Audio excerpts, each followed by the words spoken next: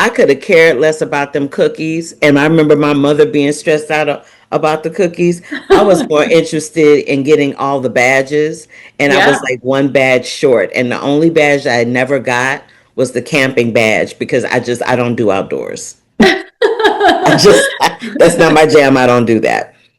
That's But fun. Well, I think that's really important in the sense that people can understand that Girl Scouts is much more than the cookie sale, although, of course, our film focuses on the cookie sale. And for me, that was more about getting into a bigger, like as a microcosm of thinking more broadly about girlhood in America and about how girls are taught about our value and our place in the economy. So, yeah, but so many women were Girl Scouts, and it's a really impactful organization. on the other side of this, do you think that Girl Scouts is still invoking all of those things about entrepreneurship, friendship, girlhood, and Mhm. healthy competition? I think that as we see in the film, these girls, when their troops are run by really enthusiastic and passionate and skilled troop leaders, a Mm-hmm. lot can happen at that volunteer level that's really positive for them. To Mm-hmm. have a safe space for sisterhood and friendship and ambition. Um, and and then I think that, entrepreneurship is an interesting thing because it's inherently it means going out on your own and doing something. And for me, the girls are learning skills that could be applicable to entrepreneurship, but the cookie sale itself, they are working for a big company.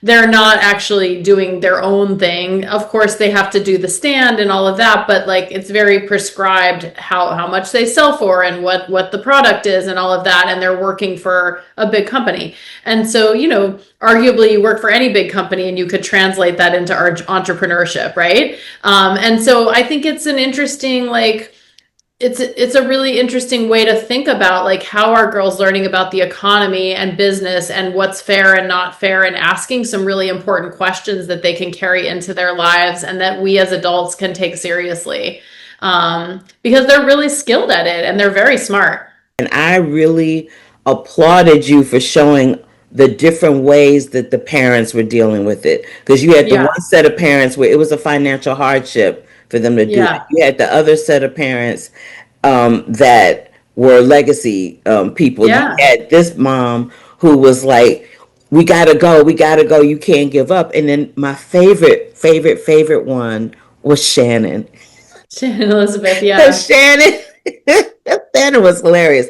But the other one that was funny was Ava, because Ava was I think she was type 1 diabetes. Yeah, Ara. Uh-huh. She has Ara, type 1 sorry. diabetes. That's okay. She was type 1 diabetes. Her slipping those cookies every once in a while made me so happy. But it just was like she was like, "Yeah, I know I could get sick, but this tastes really good." I kind of loved her for that. But Yeah. what I really want to talk to you about is how did you come up on these four girls? Like, there's a lot of Girl Scouts all Oh, over the yes. country. Why did you Millions. land on these four? Yes. Well, we did a very grassroots casting effort and just getting the word out in parenting groups and community groups. And did, my casting producer interviewed hundreds of kids and families on Zoom, and I interviewed dozens. And then I went and visited, and I was looking for kids where I wanted different walks of life, different geographies, different types of troops, and also kind of different types of love. I didn't want families where the parents did all of it for the kids or they were cruelly pushing them to do anything. I wanted to get at that tension that you were talking about, where like how much pressure is too much when your kid is really good at something or ambitious and actually likes it when they're successful, but sometimes has days when they're like, I'm done. Because I've experienced that as a kid and as a parent. And I think that was interesting. So I wanted kids that had an inner journey, not just the outer journey of the cookie sales and the goal, but it was also about something like you were saying, whether they want to be like their older sister or they have economic challenges as a family that they're using the cookie sale to do that. Those speak to bigger issues in our culture and in our economy where families do have to sacrifice sometimes if they want their kids to have certain experiences, whether it's summer camp or college or healthcare. These are real challenges that families face, and the Girl Scout cookie sale is sort of a very for me it was an entertaining and sort of interesting way to look at some of those bigger questions.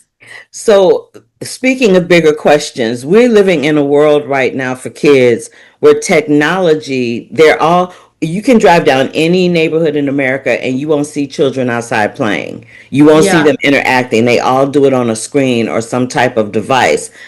Do you think that the parents getting these young women involved with the Girl Scouts and the Girl Scout cookie sales is their way of attempting to keep them in the lane of human contact, because that literally is gone? They are creating spaces, yeah, in real time, in real physical world where girls can be with each other. They can have trusted adults and they can grow together and they can make mistakes together and they can have adventures together in the physical real world. And that is so valuable. And that can happen through Girl Scouts. It can also happen, like I coach my kids' soccer teams, and we travel together and we do things together like when they were younger. And I think that it can happen through music, it can happen through many different activities, and Girl Scouts is one of them. That I love that it also is a women's space, and it always has been. And so that's powerful. And I think, yeah, the cookie sale in particular too, when girls are getting out and selling in person, they're encountering, as you see in the movie, some pretty very real world experiences, the things that people talk to them about, the things that people say to them or feel entitled to say, especially to the older girls. They're learning about what it's like to be in the world in a woman's body and looking however they look in the world, which can be different depending on how you're seen. What is your favorite Girl Scout cookie? I know what mine's is. It's the Samoas, the little coconut with the chocolate. I will eat boxes of those, and that's why I don't order them.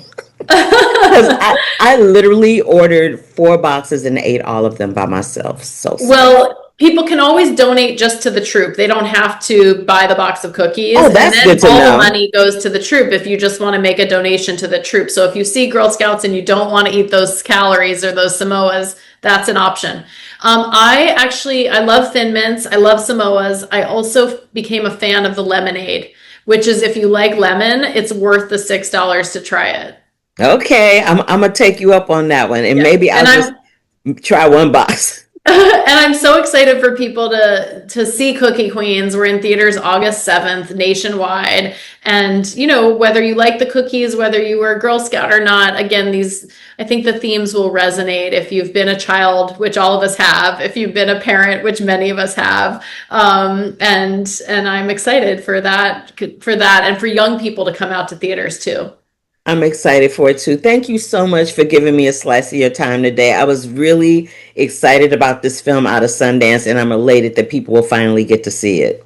Thanks, Carla. Well, once a Girl Scout, always a Girl Scout, right? That's right. That's right. You All day know. long. Thank Okay. you. Hold up. Wait a minute.